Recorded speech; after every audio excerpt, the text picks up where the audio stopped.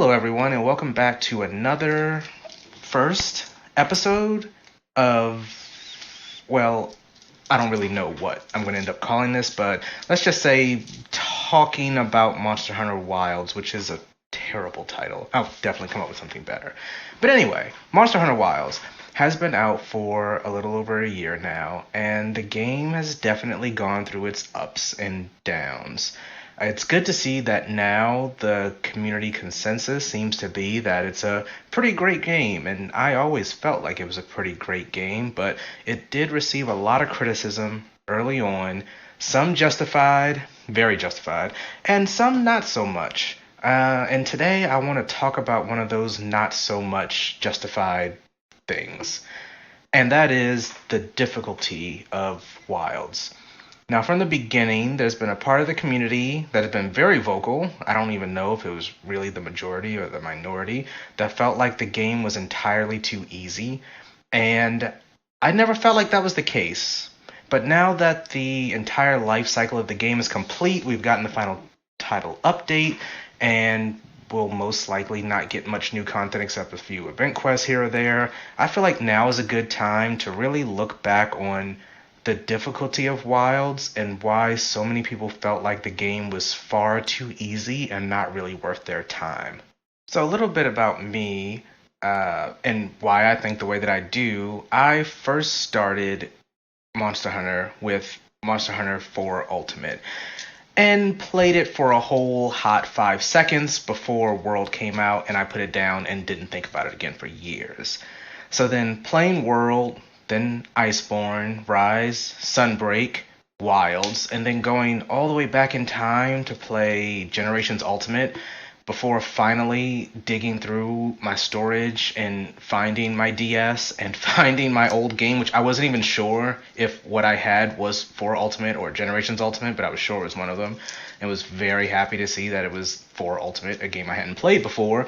That's the order that I played the games, and going back a few times to play a little Sunbreak, going back a few times to play some World, I was kind of shocked by the fact that I felt like by far the most difficult of all the games was World and Iceborne.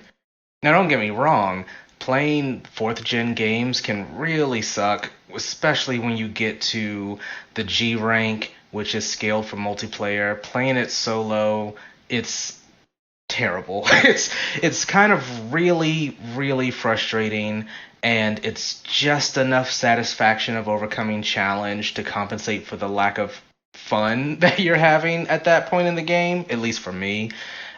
Playing through Generations Ultimate G rank solo, very accomplished feeling. That's not a I feel very accomplished having beaten it. I'd never want to do it again. But anyway, after playing through all of Generations Ultimate and most of 4 Ultimate while still playing Wilds, and then occasionally going back recently to play Iceborne, I was very shocked at how much more difficult Iceborne was than I remembered, and how much more difficult it was than every other game that I had played. So that really got me thinking to why did it feel so difficult? And it was pretty apparent right away. Old Monster Hunter game, well, I guess 4th gen, because I haven't actually played anything older than that. 4th gen Monster Hunter games were very difficult. They were very punishing. A whole hunt could be thrown off because you forgot to bring the right item. You forgot to bring cool drink, the hunt's a bust. You need to restart. Or depending on the hunt and your skill level, I suppose, you forgot to eat. You might feel like the challenge is going to be so much more than it necessarily needed to be. And yeah, the game was very difficult, but fair. The monsters moved in such a way that you really had to learn their attacks, which is something I'd always heard people say, learn the monsters' moveset, learn their moveset, but not something I ever really bothered to do or felt like I had to do, or maybe it just didn't feel as intuitive, or I wasn't as aware that I was doing it until I was playing 4th gen games. But playing G rank Devil Joe in Generations Ultimate, as hard as he hits, as easy as it could be to die, once you understand all of his move sets, I won't say it's easy because a couple of slip ups you might still cart and fail the quest, but it felt very doable. It felt very learnable. Then you think about something like Sunbreak or something like Wilds, where your hunter has so much more movement. Focus mode in Wilds, being able to turn as you attack is gigantic. Your hunter can react, and your reflexes can really carry you through a lot of these fights, which is why I think I didn't bother to really learn so many monsters except the latest of the late game hardest monsters, because you didn't really need to. But going back to World, I was almost shocked at how slow your hunter is, how methodical everything still was. For all of the 5th gen updates, your hunter still feels very much behind the monster in terms of power. And the monsters don't move in such a way that's so deliberate. Well, not deliberate. Not so and now I can't think of the word. Monsters don't move in such a way that's so predictable. They clearly move more like animals would. They're not following a couple of set behaviors based on your distance to them and what part of their body you're facing. And considering that your hunter is still so far behind the monsters in terms of strength, agility, what you can do, it makes the game feel much harder than something like Wilds, where you can turn mid-attack, where you can block something on the fly off of reflex that you didn't necessarily know was coming. Or Sunbreak, where you can wire fall out of the way, where you can use your wire bug to quickly move your hunter if you've positioned incorrectly. You play some of the older games, I would even include World and Iceborne in this. You've positioned incorrectly, you're going to get hit by that next attack. There's just no time to sheath and then move and then be somewhere else. You had to know where you needed to be before the monster finished the next attack that it hadn't even started yet. So that really gets us to the core of the issue now, which is hunter power versus monster power. And I feel like what's changed, if anything, as the newer games have come out, is your hunter has gotten much, much closer to being on par with the monster in terms of their ability to fight the other thing that they're fighting. I really might want to consider a script for these. But anyway, so your hunter's ability to fight on par with the monster feels much closer than it did in World and Iceborne, and everybody is jumped from where they were in the older gen games. And I think giving your hunter the ability to move so reflexively is basically allowing you, the player, to play without having to make so many decisions. I already mentioned not having the right items on the hunt, right? Make the hunt significantly harder. You're going against the Silver Rathalos in old gen and you didn't bring any flash pods, you're going to have a much worse time. You're going up against a Rathian, which you might have fought a ton of times before, but if you forgot to bring antidotes or herbal powders, you just guaranteed yourself a few cards, possibly. But in the newer gen games, you can just go to your tent. You can go to your item box. It's not that punishing if you don't have what you need. And then you can look at skills. And I will use an old gen and a new gen example for this. Old gen example, playing for ultimate, fighting a monoblos. It will roar, and its roar will stun you, and it will stun you for the perfect amount of time that the monoblos will charge you, and you can absolutely positively not move out of the way. One of its most powerful attacks, you are guaranteed to get hit whenever it feels like roaring, because that's how it was designed, the fight that is. Unless, of course, you had earplugs. Some level of earplugs that would give you the extra half a second or a second you needed to not be stunned quite as long from the roar so that you can roll out of the way of that oncoming charge. You needed that skill, or you were just going to take hits.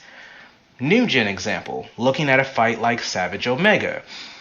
It doesn't necessarily tell you, I don't know how it would tell you, but the MRV missiles, which was responsible for probably the most number of my carts trying to clear that for the first time, there is a perfect number of evade extender that if you have this level of evade extender, I think it might be 4, you can one roll out of the path of the next MRV. And you need to do it in just one roll or you will not have enough time. Maybe you'll get out of 2, but you won't escape all 5 or 6 or how many of them there were, and you'll card.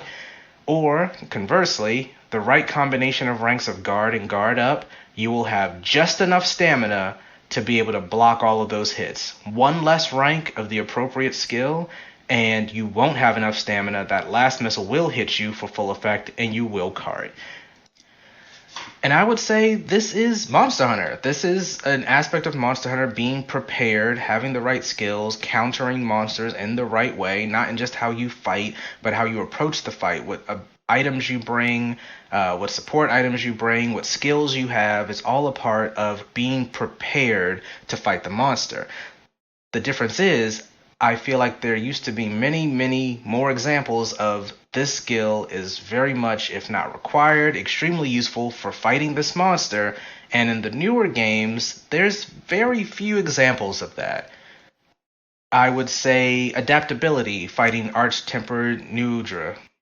Or in the example of Savage Omega, the first time that I cleared it, it was with a guard up, evade extender, heavy bowgun, hit and run style.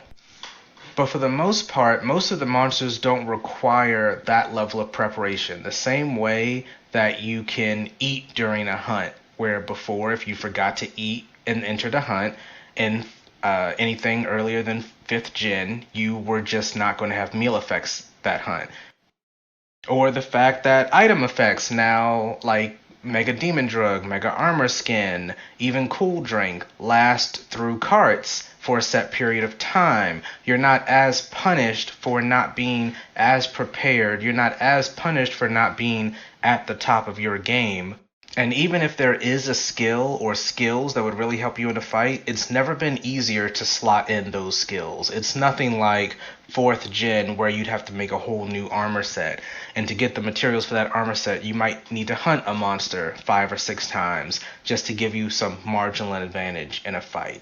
In Wilds, you can put so many skills into your armor, it's really not an issue. So between the fast reflexes, having as many skills at your disposal as you could possibly want, utility-wise anyway, you can't put every offensive skill, for example, in a build, and being able to have access to every item you own whenever you want, there's much fewer moment-to-moment decisions you need to make in order to successfully hunt a monster. But here's the trade-off with that. The monsters in Wilds are much, much harder than they were in previous games. Maybe not relative to how powerful you are as a hunter, but you put a 6-star Deshagama in Monster Hunter Generations Ultimate, and you've just created the most powerful monster in the game. Possible exaggeration, but you get my point. In the pursuit of so much convenience, which some old world hunters really don't love, and accessibility for new hunters, the trade-off has been that the monsters have gotten much stronger and much harder to deal with. And so I think it really comes down to this. Newer games rely more on your mechanical ability to fight the monster than it does for you to be an effective hunter. I feel like you don't need to be as prepared. You don't need to be as careful with your items. I couldn't imagine playing Wilds and getting to a point where I'm out of honey, for example, but I need to craft some Mega Demon Drugs, and so I need to go do a quest just to gather some more because I've used so many Mega Demon Drugs and gotten so few of them in return. It's really not difficult to have everything that you need, everything at your disposal, even down to knowing exactly where the monster is, having all the skills you want, being able to craft armor pretty easily with just hunting a monster once or twice, maybe 3 times. And it makes me wonder if a lot of these modern gamers who are saying the game is too easy are saying that because the skills that the game is pushing you to rely on the most are the skills that most gamers who play games like this are more likely to have, which is the mechanical ability to fight, quick reflexes, and the ability to see quick moment to moment tells rather than memorizing a monster's entire moves. But here's the thing with that. I don't think any of that makes the game easier. I think it may make the game easier for some people, but even then, that just means that the barrier for entry for you is a bit lower at the very beginning. Now, there's a lot of argument to be said about a game should be judged how it is on release. And I think with certain things, that's certainly true. The performance issues Wilds had, absolutely, it deserved to be criticized with how it was at release. But as far as content, whatever Monster Hunter used to be, it is more or less now a live service game. So it feels a little disingenuous to judge it based off of the content that was released with day one of the game versus what came out by the end of its life cycle. I mean, would you judge an MMO based on the content that was available the second it came out, even though there were planned expansions coming? Well, actually, that might be a terrible example because you still could. But I just mean that if you want to talk about the overall difficulty of the game, it makes much more sense to see what the entire Monster Hunter Wilds experience was going to be. Because I brought up 10-star Arch-Tempereds, but you don't even need to go that far to get to the point where the game's difficulty spiked dramatically. I'd even say as early as 7 and 8 stars for the power that you had at that time. The monsters were pretty challenging. Even not counting standouts like Savage Omega, you can look at something like 9-star Tempered Seregios and say, no, is it doable? Absolutely. Can you do it? Yes. Is there a speedrunner out there that can do it in 3 minutes with taking 0 damage? Probably. But is it easy? No. And that's another thing. Being doable doesn't mean it's easy. I remember having a short back and forth with somebody online about Savage Omega and how they said Savage Omega is doable and perfectly balanced. And I said, whoa, wait a minute now. Doable? Absolutely. Perfectly balanced? No. It is overtuned a tad, in my opinion. It definitely had some cheap combos that felt like you get hit by this, this, and that, and there's almost nothing you can do. If you have not prepared the right skills ahead of time, you're just going to die. And there were aspects of it that felt unfair. Doable still? Absolutely. And it didn't necessarily need to be perfectly fair to be a good fight, but to say that something is doable is not the same as it's easy. And the fact that somebody can speed run a monster is never going to invalidate what challenge other normal players have with that monster. And I feel like as the monsters have moved more towards challenging you mechanically versus challenging your ability to prepare adequately for a fight and to approach the fight the right way, I think that the hard-hitting, fast-moving, late-stage monsters that we're currently dealing with are the epitome of that type of challenge. And I certainly don't think that if we were to look at Wilds in its entirety, we would say that the game was too easy, even if it was designed in such a way that, like pretty much every other Monster Hunter, at low end of low rank, any player can come in and start hunting and not feel like they're immediately gatekept from enjoying so much of the game. They're given the chance to ease into it. And instead of having the latest challenge be the end of the base game with title updates coming out with extreme challenges, they had the end of the base game still be pretty accessible, but the challenge came, as I was always sure it would have. So yeah, those are just my thoughts on the topic. Monster Hunter Wilds, great game. Easy at times, definitely. Especially with the wound system, especially with being able to chain stagger monsters, but also can it sometimes be challenging? Frustratingly challenging, absolutely. I think I've done Arch-Tempered Archveld about 7 times now, and about 4 of those 7 times I actually won the fight, and that was enough to make his entire armor set, and this is not another fight that I would do just for fun. If I wanted to fight something just for fun, I would find 8-star Ajarakan. But is the challenge there? Yes. Did I enjoy the challenge? Yes. Is this still fun, casual content? Yes. Is Monster Hunter Wilds great? Yes. Does it have its problems? Yes. Is difficulty one of them? I just don't think so. So, thank you everybody. I hope you enjoyed this kind of, I won't say pointless, but just my thoughts on the topic of Monster Hunter Wilds, and I hope you enjoy the next video that comes out that I don't know what it will be about or what this series will be called, or if it'll be a series. I have no idea. Anyway, goodbye.